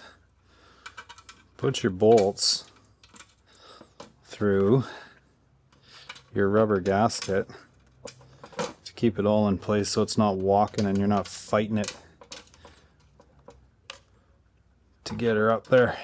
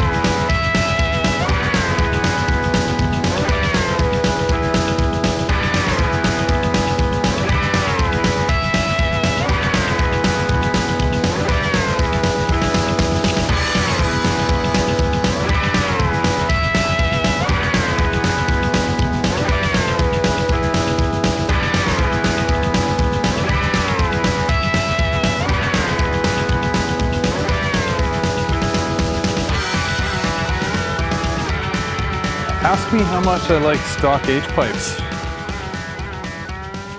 I'm glad you guys are on time lapse. You definitely think less of me for all the words I just used. How about the arsenal of extensions that I'm rocking here? Anybody that's farted around with a stock H-pipe, or even some of the older, well, yeah, even aftermarket ones. I mean, it's always awesome getting up to them shorty headers. Okay, folks, well, final reveal. The exhaust was all welded, so I had to do some, it actually doesn't look too bad, but I had to do some lifting on the muffler to try to get the tailpipe lined up. They're not too bad. This one sits a touch low, but there is no adjustability here. Everything's been welded. So anyway, I just kind of lifted up on the corner here to straighten that tailpipe out, and I think it looks better now than it did before. So anyway, and actually whoever put the flow tubes on this thing actually put this bracket on backwards. At any rate, yeah, H-pipe is in, and she's in her stock location. I think most people would have given up and said to hell with the hanger system on the transmission cross member, but I was committed. But anyway, yeah, transmission's in and good to go. Still need fluid, but yeah, that's kind of a start it, run it, shift it through the gears operation. And I might still, yeah, I'll definitely adjust the linkage. I think we're pretty good. I marked it before I took it apart, but anyway, it's worth checking. O2 sensors are back in. Man, this one was tight going in there. Oof. And yeah, I think we're good, folks. At least on this predicament. I did put an oil filter on it, and I dated it so that the owner can keep track, or I can keep track. Somebody can keep track when the oil was last put in this thing, because we don't want to see that sludge in the bottom of this pan any longer. Well, folks, we're back at her for another day of adventures. Today's task: fix this back brake debacle. Now listen, I'm not going to bore you too much with the ins and outs of this. And the reason being is I've done a full-blown how-to on how to do this, I think, twice now. So I'm not going to bore you too much with all of this, all right? As per usual, however the link thing works, it'll be up in the top corner. I'll try and link both the videos for you, so you can go in and see the first-hand step-by-step. But essentially what we're going to be doing here is replacing the old lines with new shorter ones, so they're not all hillbillied up and cranked over and tied in here with hose clamps and all the rest of it. We're going to do this so it's properly done. The old stuff's out. Good grief. it almost looks worse on the table. Now look at how this was just puking fluid. This was the one that kind of drew my attention into all this, because there was a leak that was dumping down on the inside of the wheel. So anyway, upon closer inspection, that was puking. I've not loosened these either. This one looks dry, but so I guess 1 out of 2 seals ain't bad. But anyway, this hose clamp system, I just can't get over it. So I thought I'd lay out the proper scenario here. Now, granted, we're losing the addition of this steel braided rear line, but I mean, like, come on, you know, we're trading this for this. So yeah, do her right, ladies and gents, you know. You could, you know, cut this and reflare it and whatever, but I mean, for the amount of time that a person's going to spend horsing around with all that, well, if you're charging yourself for your time, you're probably going backwards, in all honesty. So it's just, you know, buy the pre-bent ones from Classic Tube and call it a day. Yeah, and then these are just 94, 95 hard to soft line extensions, right? Makes the brakes serviceable. You can remove the caliper off the rotor and, you know, wire tie it away, and you get the flexibility to do so. Here's the final. Would you look at that? It almost looks like that brake line was meant to be there. And the soft line to hard line crossovers, would you look at that? It almost looks like it was meant to be like that. What a staggering theory. Anyway, like I said, folks, all the info is in my other couple videos, but you know, I'll just kind of run you through this quick. So I put the bracket up there on the like shock mount here, and mark my hole. I drill it, I tap it, I bolt it, I lock washer it. I also drill a hole for the little locating pin there. Geez, sorry, I'm out of hands, but right here, in case anyone's wondering what I'm referring to, I drill a hole so that sits in there and it can't walk side to side, right? These are all safety things that they're there for a reason, you know? Obviously the same thing on this side, drilled, tapped. I use a 1/4 inch by 20 bolt with a lock washer and a bigger washer. And then, you know, tighten your lines. Something else I'll add here too is don't over tighten these banjo bolts, okay? Those crush washers where you should have one on the back side and the front side, okay? Don't ever reuse them. They're cheap, okay? Go buy new ones. Every time you take those off, go buy new ones. Anyway, new crush washers on both sides, and then that banjo bolt. I mean, every brake manufacturer is a little different, but I don't know, somewhere in and around, like, not very much, 15 foot-pounds kind of thing, maybe a little more, 20. Don't over tighten those bolts, okay? And don't over tighten your brake line, like the threaded inserts going into your like hard line to soft line crossover, or into your T's. We'll get over to there in a minute. You know, make them tight, but they don't need to be like Binford 9000 tight, okay? Don't put the Ugg-a-Dug on there. And then I ended up putting a steel braided, only because that's all I had on the part shelf. Kind of unnecessary. I don't know, it's a nice add-on or whatever, but crossover here. I couldn't even get the old one off, and that unit does look to be original. Yeah, like I even shredded the like the thread in nuts there, trying to get them off. They were pretty seized. I didn't PB blast them or anything, but anyway, it needed to be changed. This whole braking system's new, and may as well have new stuff in there. So yeah, here we are. Anyway, and one more banjo bolt, again, double copper washered, okay? And don't cinch that thing down to the nuts, just make it tight, okay? But that's pretty much it, folks. Don't horse around with hose clamps, please. Do yourself and your family and everyone else out there that you share the road with a favor, and make sure your brakes are done right. Today, we are going to be bleeding brakes. That's for sure on the docket. We might get after these valve covers too, if time permits. But we're gonna vacuum bleed them first and foremost. And then my lovely bride slash mechanics assistant is going to show up here hopefully soon. She had to take the kids to school. And she'll help me manually bleed them. I always vacuum bleed them and then manually bleed them at the end. That way, let's take that off of there. That way, I know for sure I got all the air out of them. I don't know. I think there's a lot of Foxbodies running around out there. Sorry for the noise. With air in the lines.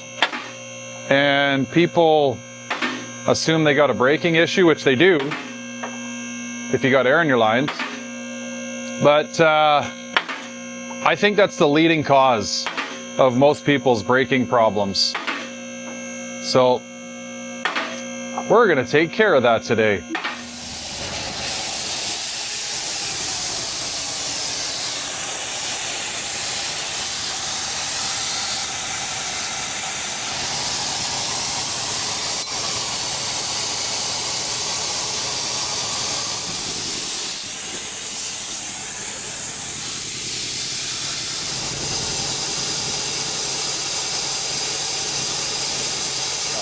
Now, on to the fun one, valve cover gaskets. Yay! And the reason I say yay is it would make the most sense to pull this upper plenum off and gain all kinds of real estate to work within. However, someone in their infinite wisdom has, let me see if I can show you this here. If you look down in there real close, someone has like siliconed this plenum to the lower intake. It looks like the throttle or the EGR spacer and throttle body has also been siliconed. Actually, I think you could probably see it here. Let's get a light on that. There's like silver silicone in there. Oh, there you go. You can really see it there now between the plenum and the lower intake. So that's interesting, right? I don't know that I've ever seen that. This car has actually surprised me a couple times now with things I've never seen. So anyway, we're going to do our best to try and snake these things out of here with the upper intake on it. We also have a sputters when cold issue. This is something the clients brought up to me. So one of the things I want to do while we're down in here and got some room to work is pull a plug or two and check these plugs out. We don't have an age on when these plugs were last put in it. So, and the fact that we found what we found in the oil pan leads me to believe that we could have some greasy plugs. I also want to check the, oh boy, crankcase, PCV. It's getting late in the day. Filter and make sure that thing's functioning as it should. And yeah, anyway, I'm just delaying the inevitable here. So wish me luck. Let's get these guys out of here. Okay, folks. My apologies. I have not filmed any of this dismantling, but it's not really rocket science what I'm doing here either. I mean, you obviously need to get at the valve cover, so remove as many things as you can to get yourself as much room to work as possible to get at the valve cover. So here we are. Both sides are kind of in dismantled format. So I just wanted to show you quickly, like, kind of, I guess, what I've removed. So we've got like linkage off the throttle body, some vacuum related stuff. Now a lot of cars don't have smog pump,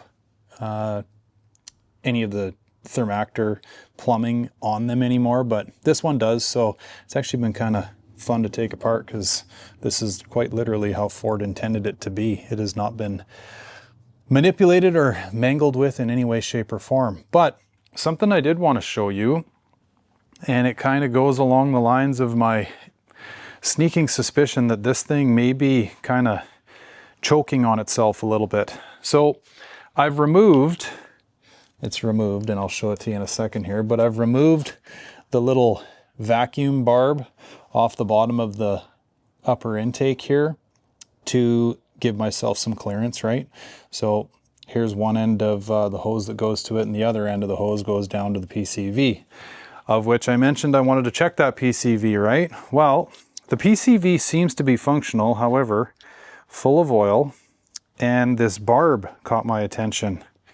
Look at the amount of oil that's on the top of that thing, right? Now, with the sludge that we found in the oil pan, the oil that is obviously on the inside of that intake, I mean, it leaves me with some questions, right?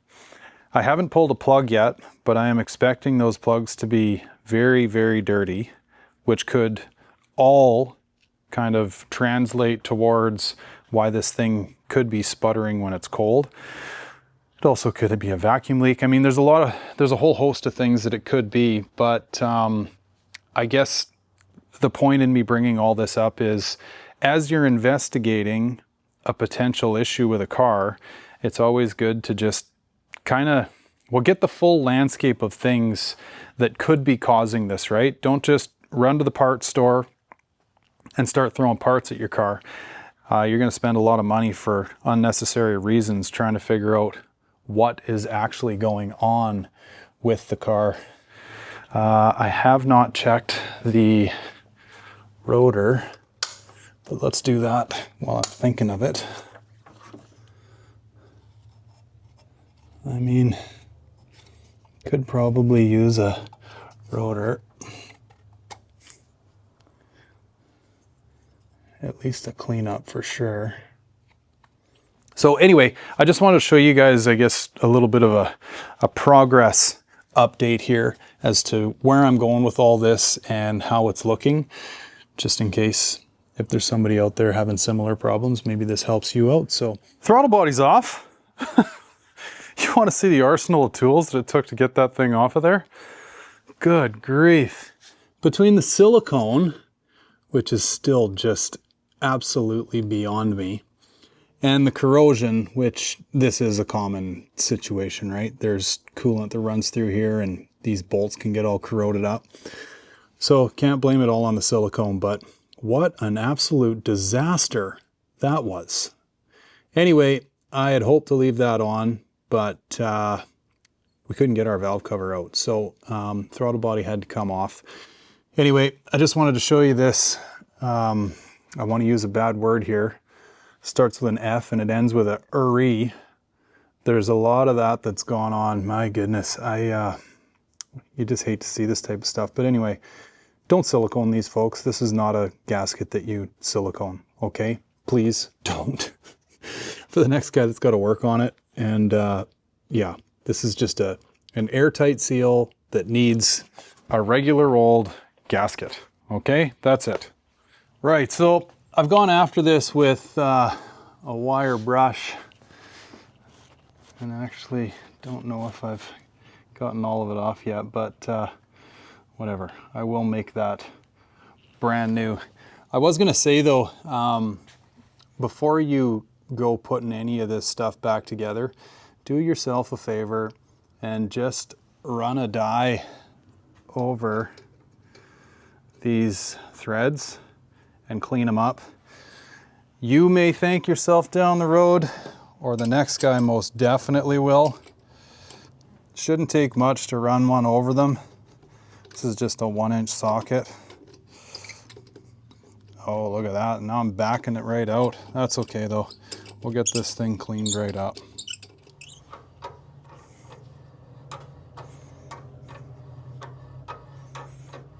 Well, folks, they're off. Okay. Driver's side was a heck of a lot easier than the passenger side. Passenger side would have been easy had I not had to fight so hard with that bloody throttle body. Good grief, she fought me good. Anyway,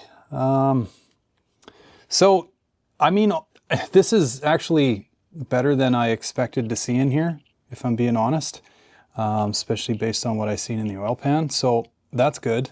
As far as in here goes, we'll just clean up the gasket surface.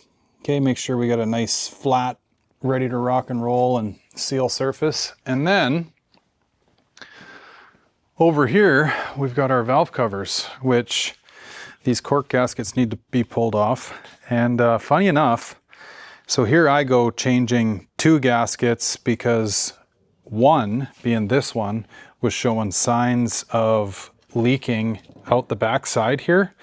I wonder, oh, light, where are you? Of course, I need a battery on it. Hold on here, folks.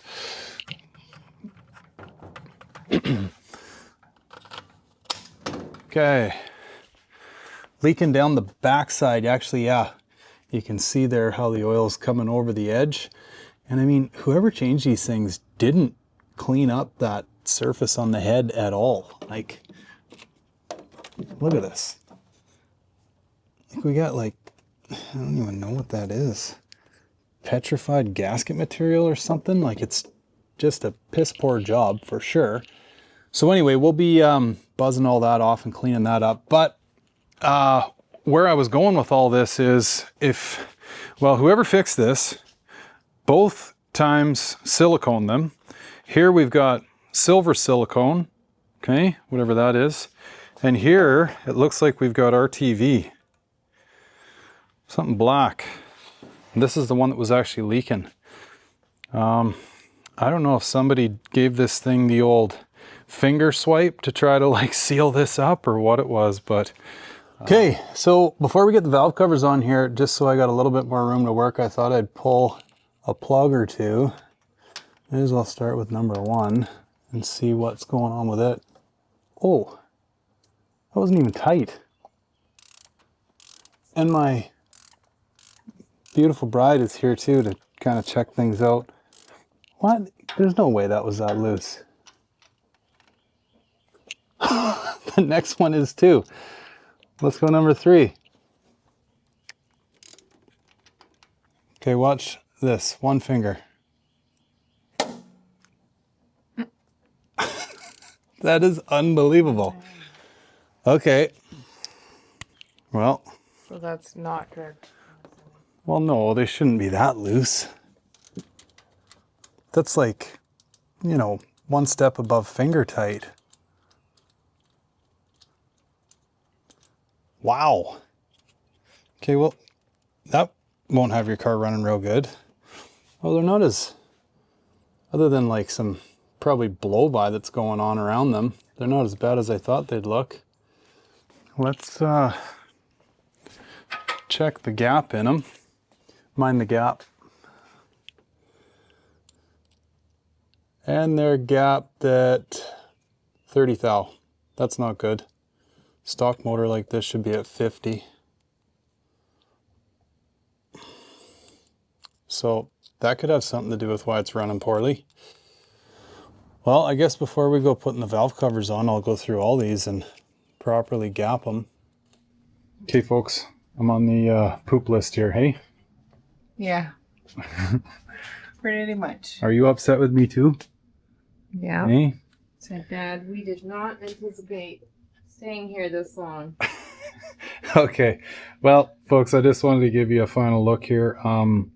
There wasn't a whole lot of things to discuss with you as this all went back together, but anyway, valve covers are on. They got a fresh coat of paint on them, and yeah, engine bay is looking a little cleaner. Wires are clean. Plugs are tight and gapped appropriately, so that should help with our diagnosis of sputters when cold.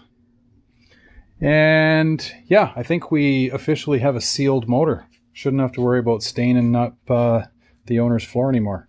All right, ladies and gents, let's kick things off. Now listen, well, here's what we're going to be talking about here. This burnt connector, okay, which we found at the tail end of the last video clip you would have seen. I want to just point these out, okay? So these electrical and vacuum troubleshooting manuals, EVTMs otherwise, or EVTOM. Anyway, get on eBay, find yourself one of these for your car or the cars that you work for. You can get them like pre-90. This one's obviously a post-90. It's a 92 version, but these are massively valuable to you, especially when you're chasing electrical or vacuum or anything of the related. These things are the Bible, okay? Now, I've unplugged this connector to do a little bit more investigation. Most definitely it's been burnt, and upon closer inspection, we're burnt right through the sheathing into wire. That's not good, right? So first thing I did was just kind of trace out where this thing goes, and well, this is for the O2 sensors, so that's not good, right? And going back to our sputters when cold issue, right? We've already found the spark plug disaster, so that's probably going to fix part of our problem. And then I'm willing to bet that those O2 sensors probably weren't reading either. Now, I have not scanned this car for codes, which is probably a bad on me, because maybe that would have steered me down this direction. I mean, I've just kind of found this by dumb luck, and it's worked out in my favor. But scanning the car for codes most definitely would have probably presented something to do with an issue with these O2 sensors, which then would have led you to check the wiring out, and here you most likely would have found this. I just happened to be in the area as I was putting the plugs and wires back on, found it regardless. So this wire most definitely needs to be repaired. I guess the good news is we can repair it, de-pin it, put some heat shrink tube over it, and hopefully be back to the races. Okay folks, so de-pinned it. I'll kind of show you the process of doing that here in a sec. And we were able to save the harness and just get some shrink tube over that wire. Now, I think there's one more here that looked like it got nuked a bit. This guy. I'm gonna get some heat shrink tube on him too. I'll de-pin him and do one at a time, right? So you don't confuse your harness where your wires go back in. But anyway, get some heat shrink tube on there, because this whole harness got burnt pretty bad. Like, not all the way through, but you can see all this, like, I don't know, it almost looks like glue. Well, I think what that is just like the glue coming out of this heat shrink tube, where you've got, like, in the forward harness, 2 wires going into one. Like, all of this is just melted right out on the harness. Now, it hasn't melted through the wires, so that's the saving grace. But yeah, like, look at this junk. So anyway, I think we're going to dodge a pretty big bullet here, and other than just heat shrinking this, not have to repair the whole harness. But yeah, in order to de-pin this, okay, get yourself some sort of a, you could almost do this with your wife's sewing needle or something, right? But pull this little clip out of the inside of the connector, and it's hard to see, but inside there, you know, you just pull the little tab down on your wire that you want to pull out, and you can just back it out of the backside or whatever. All right, so we got oil in this old girl, both transmission and engine, and I was gonna fire it up and start, you know, checking levels and stuff, specifically with the automatic. And then I thought, you know what, I should maybe get after this gas gauge deal first. So gas gauge does not work. Okay, let's unfold this. Let's maybe start at the tank and confirm that this sending unit's good. So the car, as per the owner, has a brand new sending unit in it. So let's roll under there and confirm that we've got some resistance. So the way that your fuel sending unit works is it's based off of resistance, okay? So I'll show you kind of how this unfolds. So we're going to crank our multimeter over to resistance. So over on the fuel, like where the fuel pump and the sending unit connect to the tank, okay? And both clips are busted off of this. Perfect. Okay, so this side of the, I hope you guys can see this. This side of the harness goes to the car. Like this is all on the body, this is on the tank, okay? Now what we're looking for here is this yellow wire, okay? And these guys kind of oppose each other in that you've got your yellows here. So you're gonna go, this is your sending unit, ground, and then up top here, so this is for your fuel pump, okay? So what we want to do here is we're going to, you guys maybe won't be able to see this. You're gonna sit there, Mr. Fluke Meter. Okay, so we're just gonna check the resistance across these two. So here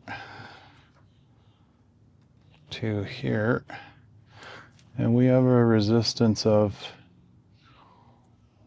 152.8. Okay, so this is telling me that, like, based on the resistance that Ford uses in their sending units, this is telling me this thing's got pretty much a full tank of fuel in it. So the other end of the spectrum, if this thing was low or out of fuel, it would be like somewhere in the low teens, like 16, 17 ohms of resistance. But the fact that we're reading up towards the top end, and the Ford's top end resistance is like, I don't know, 150, 160, something like that. That tells me that this thing's got, like I say, pretty much a full tank of fuel in it, and that the sending unit itself is good, because I'm confirming all this with the owner. He said that he put fuel in this thing before he brought it here. So that checks out, okay? I guess this was more of a confirmation than it was anything else. So let's go to the dash. Let's see what's going on here. And you know, rather than horsing around too much with resistances and voltages and this and that and the other thing, I've got a little bit of a secret weapon that I think we might try, which is a backup dash. Oh, where are you? Is that it? Oh, I'm getting better with all my boxes after the move, ladies and gents. Okay. This is out of a 4-banger, and yeah, she's definitely not clean, but it should do the trick as a test mule.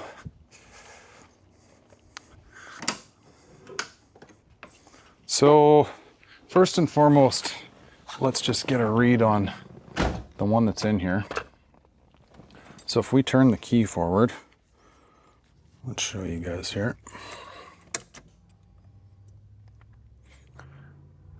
Gauge pegs out down low, okay? And I think if I remember correctly, if your sending unit's bad, these will peg full. Maybe don't quote me on that, but yeah. So obviously we have a discrepancy between what our gauge is telling us and what our sending unit's telling us, right? So let's pull this guy out of here. So unplug your connectors and the speedo.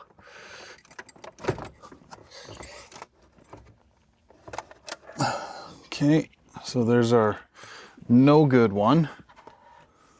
Let's plug in what we think is our good one. Now we should only have to plug this one side in to run this test. Okay.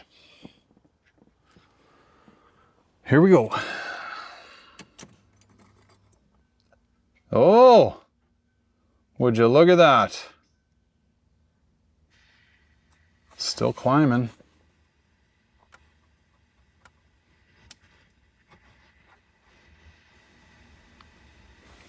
I would say that's telling us that we got a good gauge, or a bad gauge, ladies and gentlemen.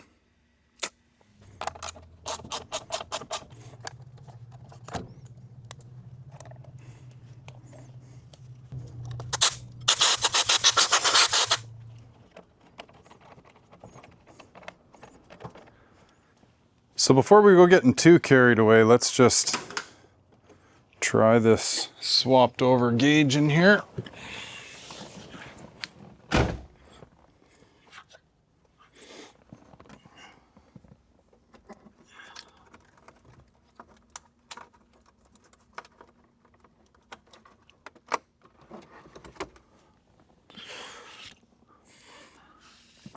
Here we go.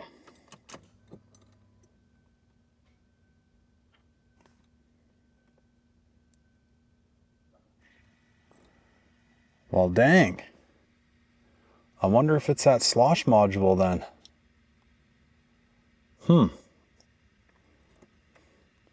Maybe the gauge was fine the whole time. Okay.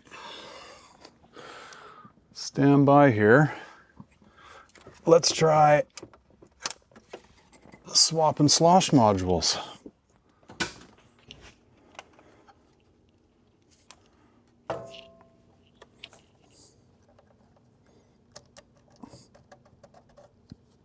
Wonder if that's the culprit.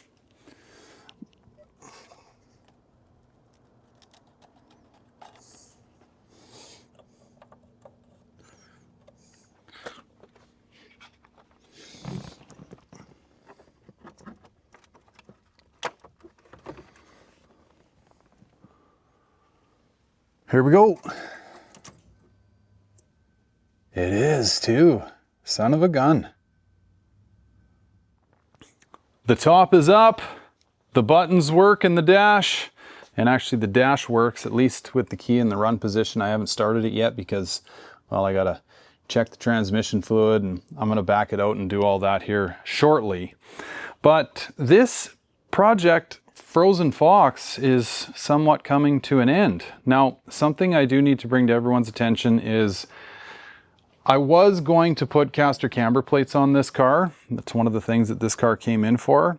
However, I have since talked to the client and I think we're going to steer away from that for two reasons. One is this thing came in for a handful of things and it turned into a lot of things. So there's that about that.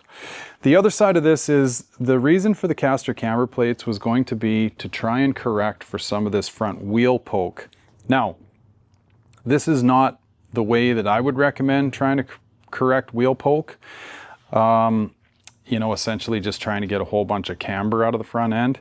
And I've since had this conversation with them and said, you know, I really, if we do that, you're not going to like driving this thing down the road at highway speeds. It's going to be all over the place on you. And not only that, it's really just going to create a visual effect of, like, you know, the top of the wheel coming in and the bottom's going to pretty much stay where it's at.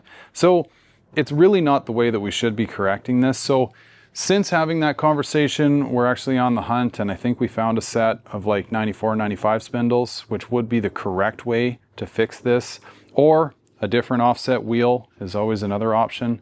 But anyway, I guess long story short, we're not going to be doing the caster camber plates on this go around. I am, however, going to see if I can get a little bit of camber out of just the strut adjustment, strut to spindle. So I'm going to bring this thing up in the air, pull the wheel off, and see if I can get it to come in a little bit for him. But I guess all that being said, folks, this kind of wraps up Project Frozen Fox. She's been a handful, the old girl, but it has been a fun project for sure. And I hope you guys enjoyed it too. I mean, it's kind of been filmed over a couple of weeks here, so I can't even really remember all the things we talked about, but it seems to me that there was a few tips and tricks in there that may be valuable. So I hope you enjoyed the content, folks. And as always, any questions or comments, please reach out. And if you want me to do something like this to your car, by all means, check us out, www.castlecustoms.com, or send me an email. Well, you can get me through my website on email.